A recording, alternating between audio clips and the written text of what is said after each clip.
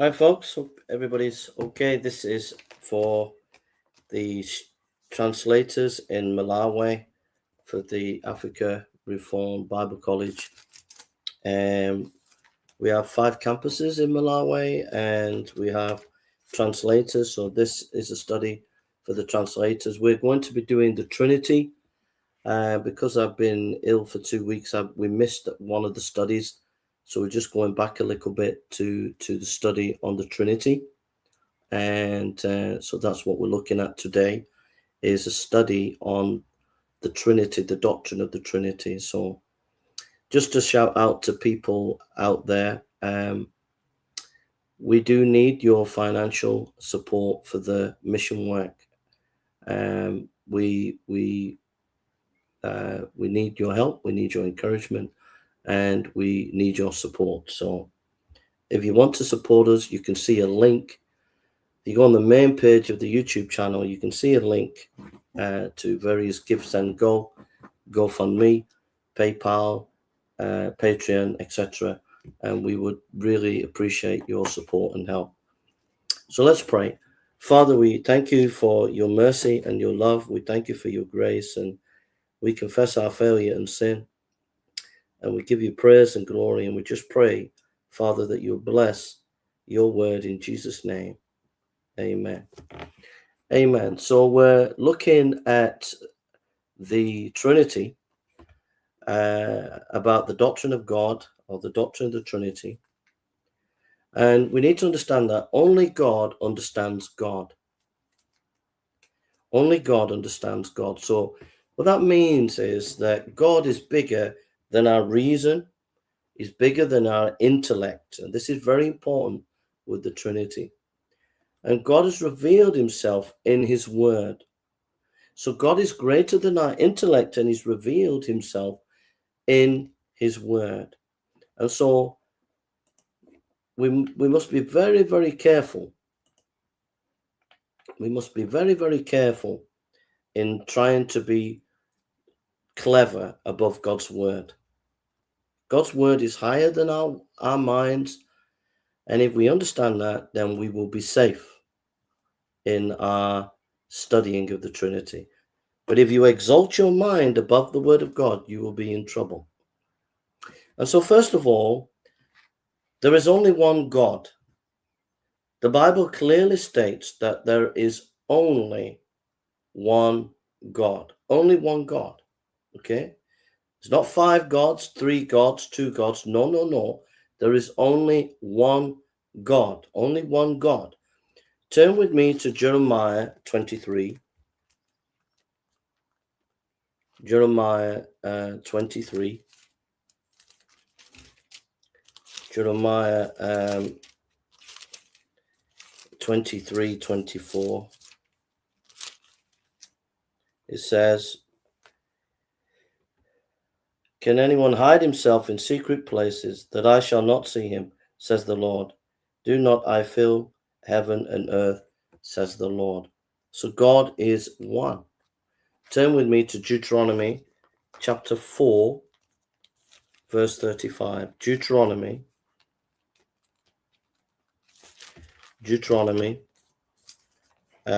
chapter 4, verse 35. It says, "Unto thee it was showed that thou mightst know the Lord, he is God. There is no one else beside him." There is only one God. There is not 2 gods, one God. Deuteronomy chapter 6, verse 4. "Hear, O Israel, the Lord our God is one Lord." So that's very clear, isn't it? It's very, very clear. The Bible teaches that there is only one God. Only one God.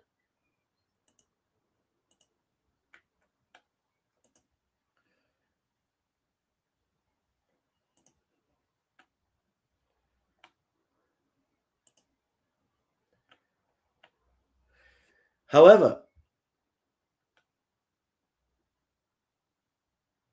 within the Godhead, within God, there are 3 persons. there are three persons. Within God, there are three persons.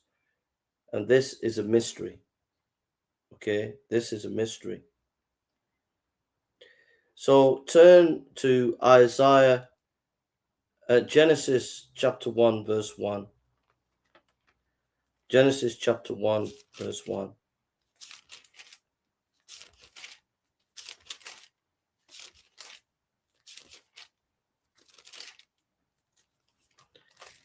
Genesis chapter 1, verse 1 says, in the beginning, God created the heavens and the earth.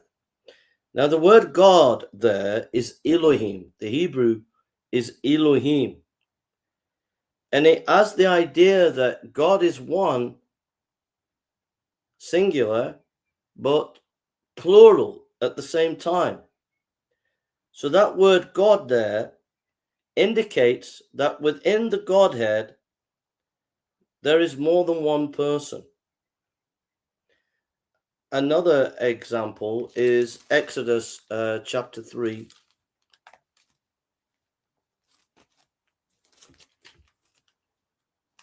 Exodus chapter 3.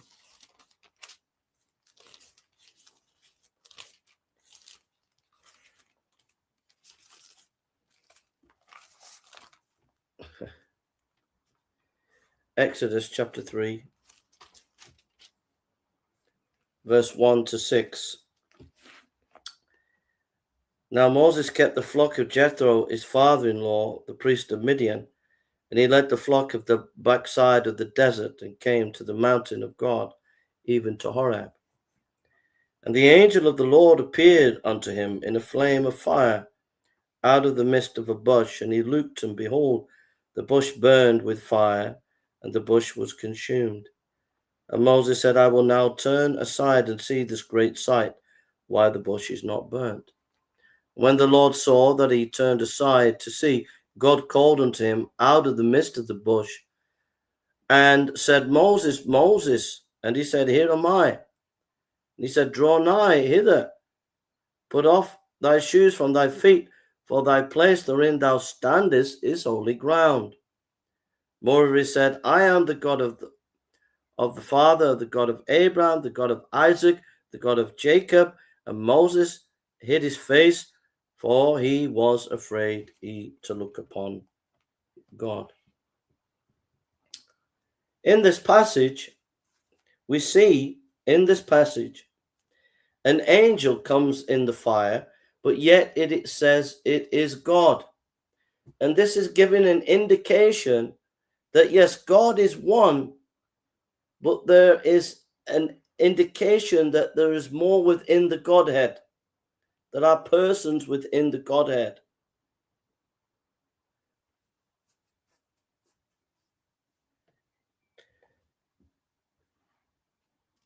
Turn with me to Numbers chapter 6, verse 22.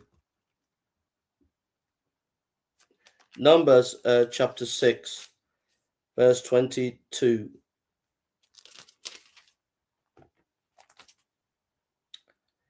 And the Lord spoke unto Moses, saying, Speak unto Aaron and unto his sons, saying, On this wise shall bless the children. The Lord bless thee and keep thee. The Lord make his face shine upon thee. The Lord lift up his countenance, and shall put my name upon the children of Israel, and I will bless him.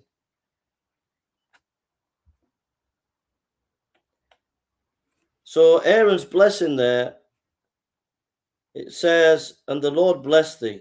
The Lord make his face to shine.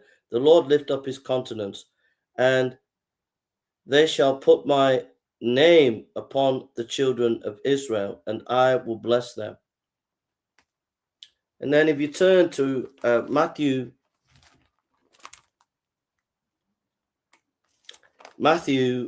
28.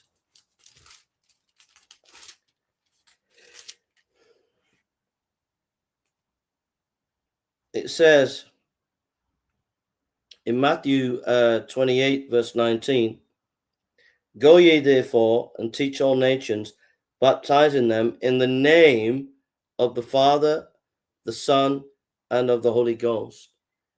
So in the Numbers passage, we see clearly God has a name, and it's only God that has that name, and that name is Yahweh.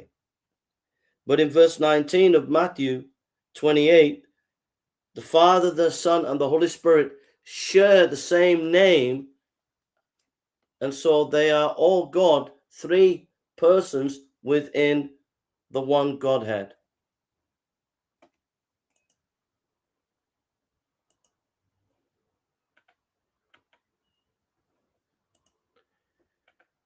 So the Bible states quite clearly that there is only one God. That's absolutely clear. And in the Old Testament, there is a hint. It's revealing partially that within the Godhead, there is more than one person. This is a mystery. This is above our minds. But this is what the Bible teaches. So the Bible teaches that the Father is God. Turn with me to Matthew chapter 6, verse 9.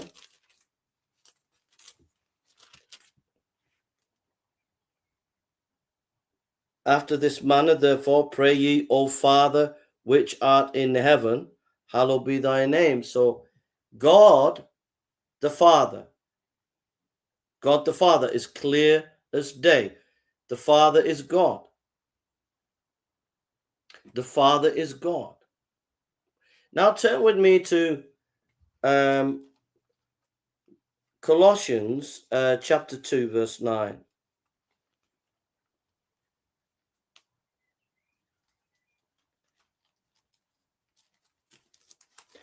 Colossians chapter 2, verse 9.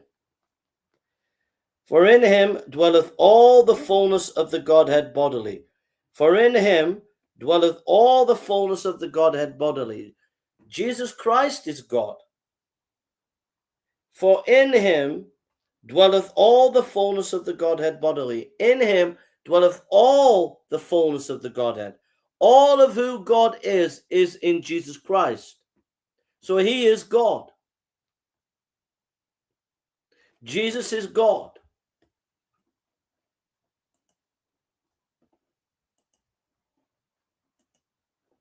Jesus is God.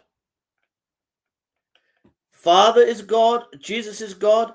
Are the two gods? No. One God. One God. Three persons in the Godhead. I have one hand, five fingers. One hand, five fingers. One God, three persons.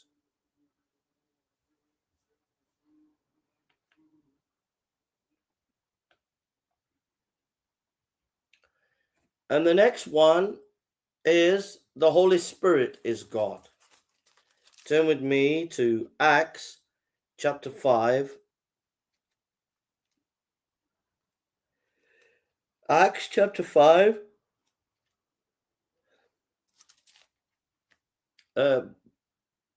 Verse 3 and 4.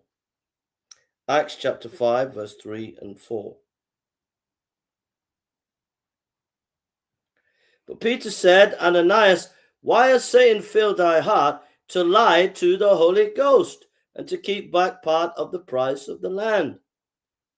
While it remained, was it not thy own? And after it was sold, was it not in thy own power?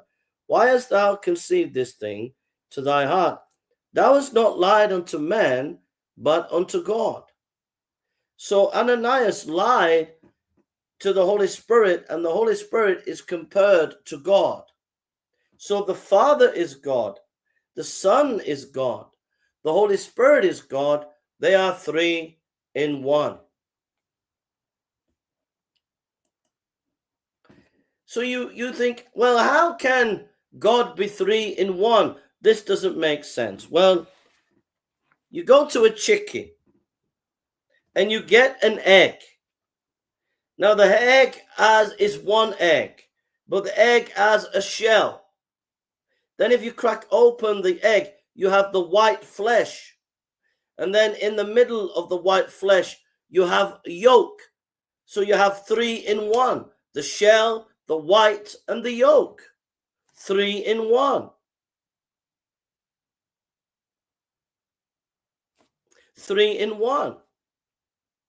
If you get an orange and you have one orange in your hand, you have the skin of the orange, you open the orange, you have the flesh of the orange, but then you have the juice of the orange.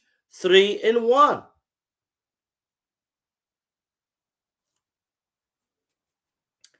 And so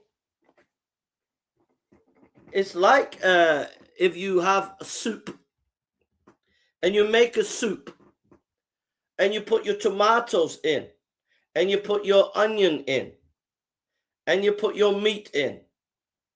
It's one soup, but 3 ingredients. These illustrations, 3 in 1. These illustrations do not perfectly help us to understand the Trinity, but they can just help us a little bit to understand that God is 3 in 1. He is one God, but 3 persons in the Godhead. This is very deep, but very important, because Islam, the Jehovah's Witnesses, the Mormons, and many other cults attack the Trinity. They hate the Trinity. They say it's an invention of man. They say it was developed hundreds of years after the Bible. No, the teaching of the Trinity is in the Bible. The word Trinity, it's not in the Bible. But the teaching of the Trinity, that there is one God in 3 persons, that is in the Bible. And the Jehovah's Witnesses tried to poison people's mind and said Jesus is not God in the flesh, he was an angel. And the Mormons come along and say Jesus was the brother of Satan, and he's our God, but he is not the God. And so these cults attack the Trinity, and they attack Jesus as divinity. They attack that he is not God in the flesh. We are to worship Jesus.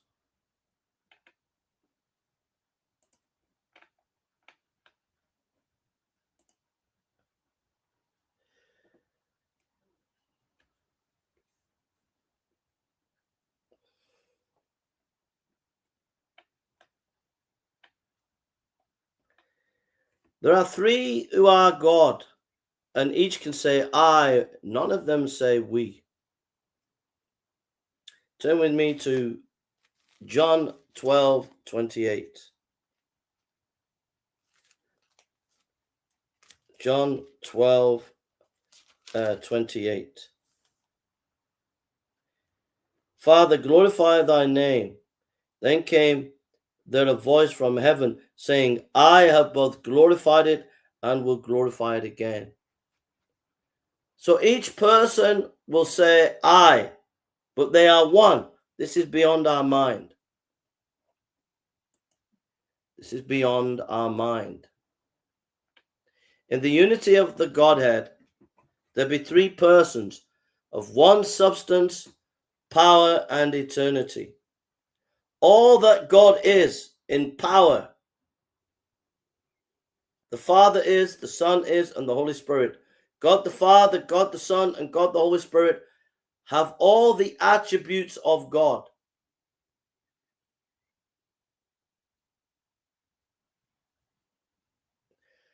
However, the Father, the Son, proceeds from the Father, and the Holy Spirit proceeds from the Father and the Son. But they are co-equal. In the relations of these persons within the Godhead, there is a priority, but not a superiority. The Father comes first, then the Son, then the Holy Spirit. There is a priority, but not superiority, because they all share the power, knowledge, and attributes of God. These relation of the Father, Son, and the Holy Spirit reflect creation, reflect our salvation. So, for example, the Father plans salvation. The Son comes and dies for us, accomplishes salvation. And the Holy Spirit reveals salvation.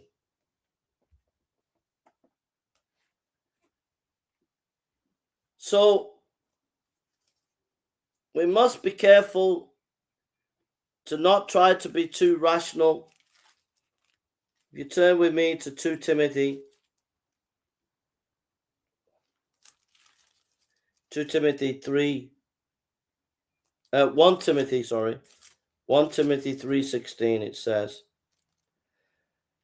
"And without controversy, great is the mystery of godliness. God was manifest in the flesh, justified in the spirit, seen of angels, preached unto the Gentiles, believed on in the world, and received up into glory." And without controversy, great is the mystery of godliness. It's a mystery. God was manifest in the flesh. This is a mystery. It's a mystery. We must realize that this is a mystery above our minds. That God is one, but three persons in the Godhead. And we have to be careful we don't go into heresy, such as tritheism. Jesus is not just part of God. He is God. The Father is not just part of God. He is God. The Father and Son are not modalism. Modalism is that they are all the same. No, they are not all the same. The Father is a real person. The Son is a real person. The Holy Spirit is a real person.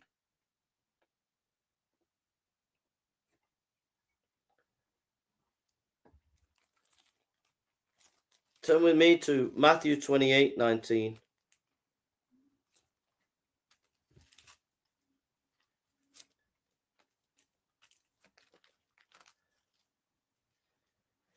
Matthew 28:19. It says, "Go ye therefore and teach all nations, baptizing them in the name of the Father, the Son, and the Holy Ghost." The church is a Trinitarian church. We are Trinitarian people. Some pastors mention the Father all the time and forget the Son and the Holy Spirit. Some pastors mention Christ all the time and forget about the Father and the Holy Spirit. Some people talk a lot about the Holy Spirit all the time, but they forget about the Son and the Father. But a true pastor is Trinitarian. He will always remind people about the Trinity, that God is one, but three persons.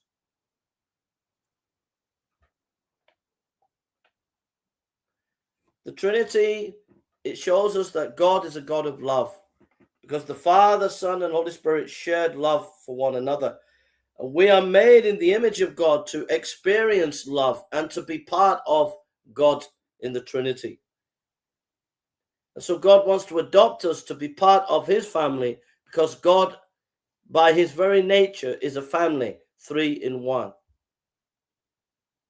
We are to pray to the Father through Jesus Christ in the power of the Holy Spirit. So these are the things about the Trinity. They are fundamental and absolutely important for the church. If the church loses this teaching, the church will become heretical. That God is one, but three persons in the Godhead. This is very deep, but it's very important and very central to the church. If you turn with me to John chapter 1.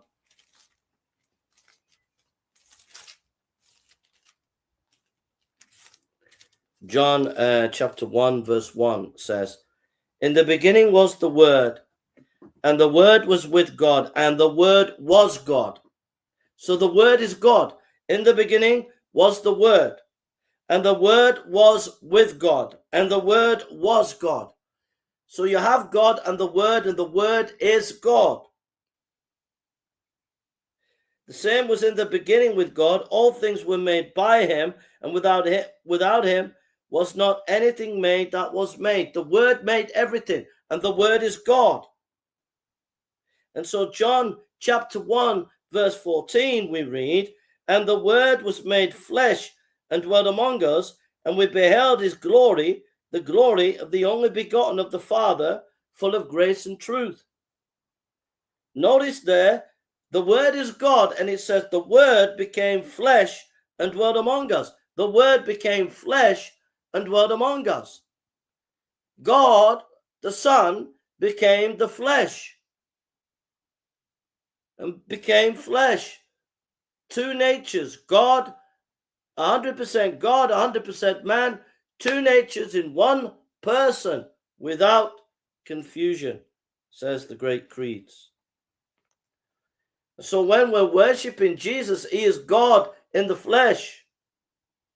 The Holy Spirit is not to be blasphemed. He is not electricity. He is God.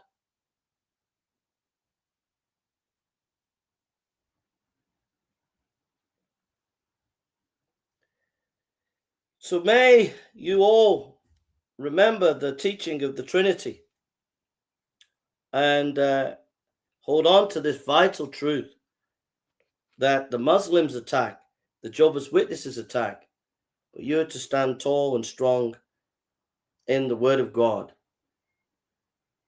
May God bless you all. Let's pray. Father, I just give you praise and glory, and I just pray you bless this study to the people's hearts in Jesus' name. Amen.